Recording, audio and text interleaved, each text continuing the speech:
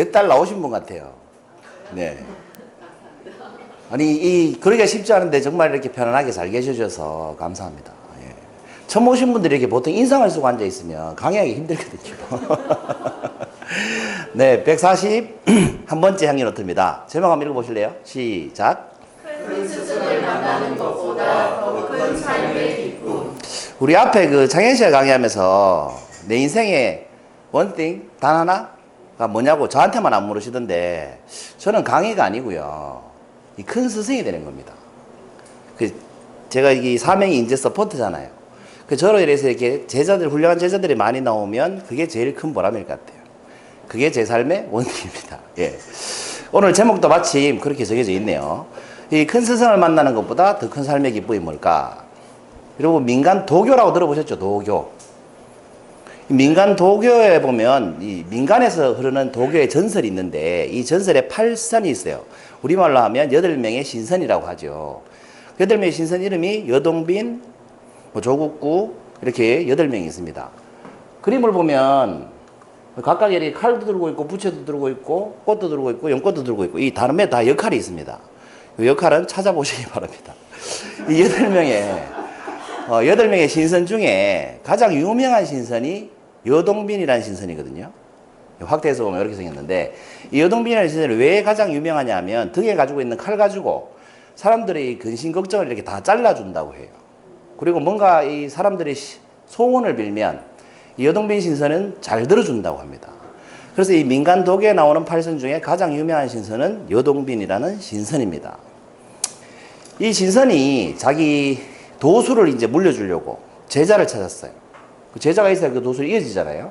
그래서 제자를 찾으려고 이렇게 산을 내려갔죠. 그 길에서 어떤 나무꾼을 만났습니다. 이 나무꾼을 딱 보고 이 신선이 손가락질을 했어요. 앞에 있는 돌이 하나 보이시죠? 그 돌에다 우리가 손가락질을 딱 하니까 돌이 금으로 바뀐 겁니다. 그래서 물어보죠, 신선이 나무꾼 보고. 이 금을 가지겠느냐?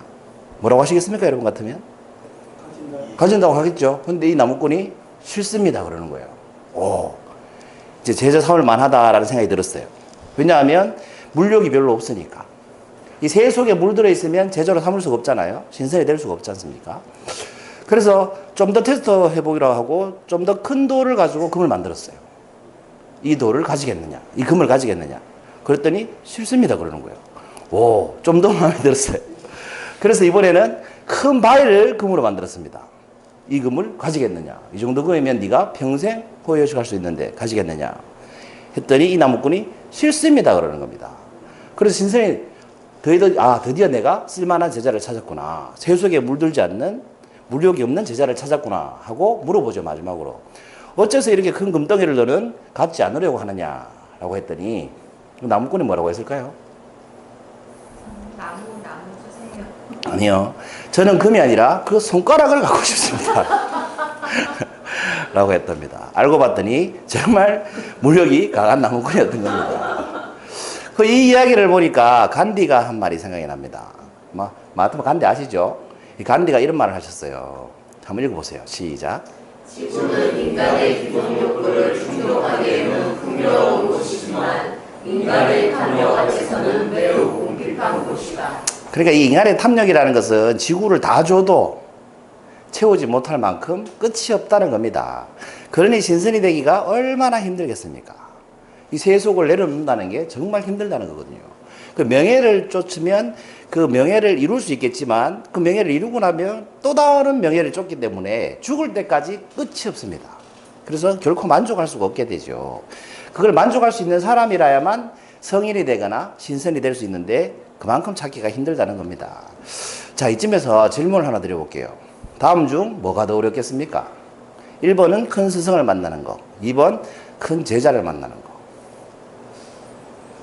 앞에 스토리로 봐서는 답이 정해져 있죠. 네. 이런 걸 유도신문이라고 하죠. 답은 뭐겠습니까? 네, 2번입니다. 큰 스승을 만나는 것보다 큰 제자를 만나는 게 훨씬 힘들 것 같아요. 생각해보니까. 제가 처음에는 제자를 만나는 게 훨씬 쉬울 줄 알았습니다. 그런데 스승을 만나는 게 훨씬 쉬운 것 같아요. 문제는 우리가 왜 그럴까라는 질문을 던졌을 때 이 답을 할 수 있어야 된다는 거죠. 왜 큰 제자를 만나는 게 더 어려울까요? 그래서 제가 어록을 하나 만들어 봤습니다. 제 블로그에 향기나는 어록이라고 있는데 제 어록을 하나 만들어 봤습니다. 한번 읽어보세요.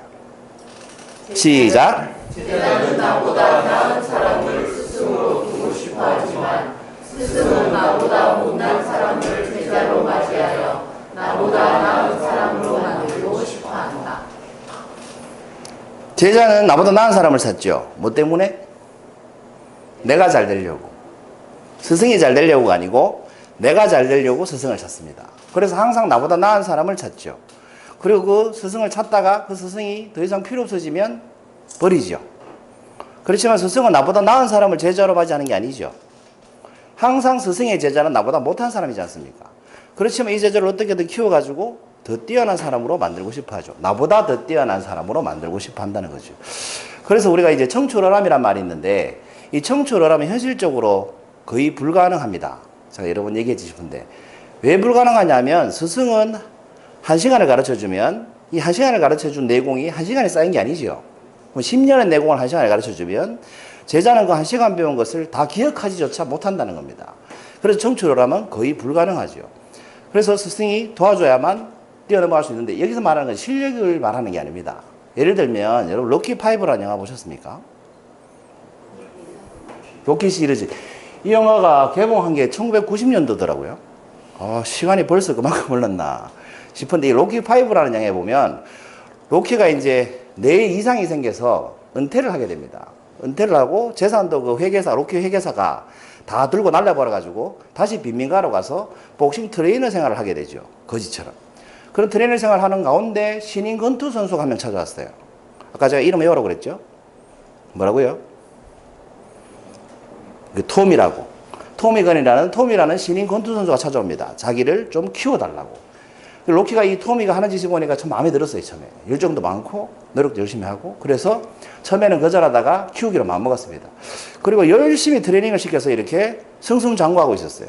계속 대전을 할 때마다 이기고 있었습니다. 이때 듀크라는 트레이너가 있어요. 좀 얍삽한 트레이너가 있습니다. 그 트레이너가 나타나더니 이 토미를 꼬십니다. 로키 밑에서 봐야 돈 벌긴 힘들다. 로키는 진짜 실력 있는 권투 선수를 키우고 싶어 하는데 이 트레이너는 선수를 이용해서 돈 버는 데 욕심이 많습니다. 그래서 큰 시합을 만들어야 돈이 되잖아요. 그래서 스포츠카도 주고 돈도 많이 주고 이러면서 토미를 꼬시죠. 이 토미가 로키를 배신하고 그 듀크한테 가버립니다. 그리고 우승을 하게 되죠. 챔피언을 하게 되죠. 근데 이 챔피언을 실력으로 한 게 아니고 이 듀크라는 트레이너가 승부 조작을 해가지고 챔피언이 된 겁니다. 그러면서 듀크가 계속 토미를 살살 꼬십니다. 로키하고 붙으라고. 그래야 큰 돈을 벌 수 있다. 로키가 누구예요? 이 토미의 스승이잖아요. 계속 그렇게 꼬십니다.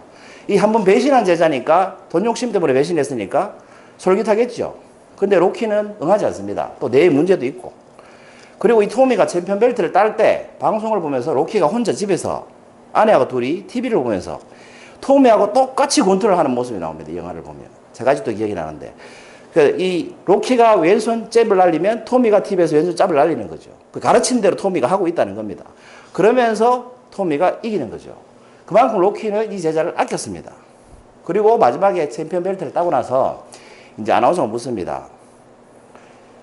소감이 어떠냐고. 그랬더니 토미가 이렇게 얘기합니다. 내 어깨 위에 천사. 그게 로키한테 맨날 하던 말이에요, 이 토미가. 로키가 내심 기대하면서 TV를 보고 있는데 내 어깨 위에 천사, 듀크 이렇게 얘기하는 겁니다. 그 실망하는 로키를 보고 이제 아내가 막 화를 내는데 로키는 괜찮다고. 자기는 괜찮다고 막 이렇게 하는 장면이 나오거든요. 그게 이제 스승의 마음인 거죠. 챔피언 벨트 딴 것만으로도 기쁜 겁니다. 그런데 결국은 이 토미가 듀크한테 고심을 당해가지고 로키를 찾아와서 흥분해서 길거리에서 이렇게 싸움을 하게 되죠. 결국은 로키가 길거리에서 토미하고 복싱을 해서 토미를 이겨서 진짜 챔피언이 된다. 뭐 이런 스토리입니다. 로키 5가. 이 제자와 스승의 관계는 이런 식이라는 겁니다. 근데 사실은 이런 관계는 스승과 제자의 관계라고 보기가 힘들죠. 제가 표현을 스승과 제자라고 하고 있지만 진짜 제자라면 스승한테 이러면 돼요, 안 돼요? 이미 제자가 아닌 거죠. 이런 걸 우리가 학생이다 이렇게 얘기합니다. 제 기준입니다만 학생과 제자는 달라요. 여러분 학생은 언제든지 학생이 될 수가 있죠. 수강 신청만 하면 학생이 됩니다. 여러분 어떤 학원이든 내가 뭘 배우고 싶으면 수강 신청하면 학생이 되죠. 근데 제자는 수강 신청한다고 절대로 제자가 될 수가 없습니다. 왜 그럴까요? 이 학생은 수강 신청을 하면 학생이 될 수 있지만 제자는 수강 신청을 해도 스승이 제자로 인정하지 않으면 학생인 겁니다. 그렇지 않습니까? 이게 학생과 제자의 차이라고 생각해요. 그 제자는 되고 싶다고 되는 게 아니에요. 그러니까 우리 드라마나 옛날 고전 같은 거 보면 제자로 받아주십시오 하지요. 학생으로 받아주십시오 안 하죠. 학생은 내가 돈만 내면 학생이 될 수 있습니다. 배울 학생이니까. 배우면 학생이 되는 거죠. 그렇지만 제자는 아무나 될 수가 없다. 왜? 스승이 오케이 해야만 제자가 될 수 있기 때문에. 그래서 이 관계는 로키는 제자로 봤지만 토미는 스승으로 보지 않았던 겁니다. 선생으로 봤던 거죠. 그냥 나한테 권투를 가르쳐준 선생. 그러나 돈을 못 벌어주는 선생으로 봤던 겁니다. 그래서 엄밀히 말하면 스승과 제자 관계가 아닌 겁니다. 그래서 큰 스승을 만나는 것보다 더 큰 삶의 기쁨은 뭘까요? 어쨌든 이런 이유로 제일 큰 제자를 만나는 게 더 힘듭니다. 그렇다면 큰 스승을 만나는 것보다 더 큰 기쁨은 큰 제자를 만나는 거죠. 스승보다 더 큰 제자를 만나는 겁니다. 여기서 말하는 더 큰 제자라는 거에 대해서 이제 오해를 하지 마셔야 되는데, 더 큰 제자라는 것은 실력이 더 뛰어난 제자를 두고 하는 말이 아닙니다. 실력은 시간이 흐르고 노력하면 얼마든지 스승을 뛰어넘을 수가 있죠. 공부를 더 하고 더 많이 노력하면 가능하지 않습니까? 그런데 실력이 스승보다 뛰어나다고 해서 더 큰 제자가 되는 건 아니라는 거죠. 왜? 그럼 더 큰 제자란 뭘까? 이런 질문을 던져볼 수 있지 않습니까? 더 큰 제자라는 건 뭔가? 이 두 가지를 만족해야만 저는 더 큰 제자라고 생각합니다. 한글을 안 달아놨는데 읽을 수 있죠? 위의 것은 음수사원이고 밑에 것은 여민동락입니다. 음수사원이라는 말은 이 마실 음자, 물수자, 생각사, 뭡니까? 근원원이잖아요. 그 물을 마실 때는 뭐하라? 이 물이 어디서 왔는지 그 근원을 생각해라 이 말입니다. 학생은 수학료를 내고 뭔가를 배우면 내가 잘나서 그렇게 됐다라고 생각하죠. 이 학생이잖아요. 내가 수강 신청했고 내가 노력해서 4시간 투자했으니까 내가 실력이 뛰어난 거지. 이게 학생의 생각이죠. 그러나 제자의 생각은 어때요? 그는 스승이 없었으면 내가 이 물을 마실 수 없다라고 생각할 줄 아는 게 음수사원입니다. 그 근원을 생각할 줄 알아야만 그게 제자인 거죠. 그 다음 여민동락이라는 건 뭐냐? 이 풀이를 그대로 하면 이렇게 됩니다. 백성들과 함께 기쁨을 누려라 이런 뜻입니다. 그러니까 제자는 자기가 가지고 있는 실력을 다른 사람한테 베풀므로 해서 함께 잘되게 하는 사람이라는 겁니다. 그 두 가지를 요약하면 이렇게 되죠. 진짜 제자는 내가 어디서 왔는지 그 근원을 생각하는 사람이고 그 갈고 닦은 실력을 사람들과 즐겁게 나눌 수 있는 사람이어야만 제자다 이런 뜻입니다. 그래서 제가 말씀드리고 싶은 큰 제자라는 것은 스승보다 실력이 앞서 있지만 스승의 고마움을 인정을 할 줄 알고 그리고 스승보다 뛰어난 실력을 가지고 스승보다 더 많은 사람들에게 혜택을 줄 수 있으면 그것이 더 큰 제자라는 겁니다. 왜? 스승보다 사람들에게 더 많은 혜택을 줄 수 있으니까 더 큰 제자가 되죠. 그냥 제자가 아니고 스승보다 더 큰 제자가 될 수 있다는 겁니다. 그렇지만 그 감사함은 잊지 않는 거, 뿌리를 잊지 않는 거, 그것이 진짜 제자인 겁니다. 반대로 생각하면 스승은 아까 그 토미처럼 로키 자신한테 덤벼도 로키는 그 제자를 아끼고 사랑해 주죠. 시기하고 질투하지 않잖아요. 내 어깨의 날개를 듀크라고 말했지만 로키는 섭섭하지만 제자를 포기하지는 않습니다. 이게 스승의 마음인 거죠. 또 스승은 반대로 큰 스승이 되려면 어떻게 해야 됩니까? 제자가 좀 빗나가도 품을 줄 알아야 그게 진짜 스승이 아닐까. 저게 내 덕분에 성장해놓고 내 이름을 안 대고 딴 이름을 대? 이런 생각이 들면 그건 선생이지 스승이 아니다 라는 생각이 들었습니다. 어쨌든 삶에서 큰 스승을 만나는 것보다 더 큰 기쁨은 더 큰 제자를 만나는 것이 아닐까 그런 생각을 해봤습니다. 141번째 이야기 나옵니다. 감사합니다.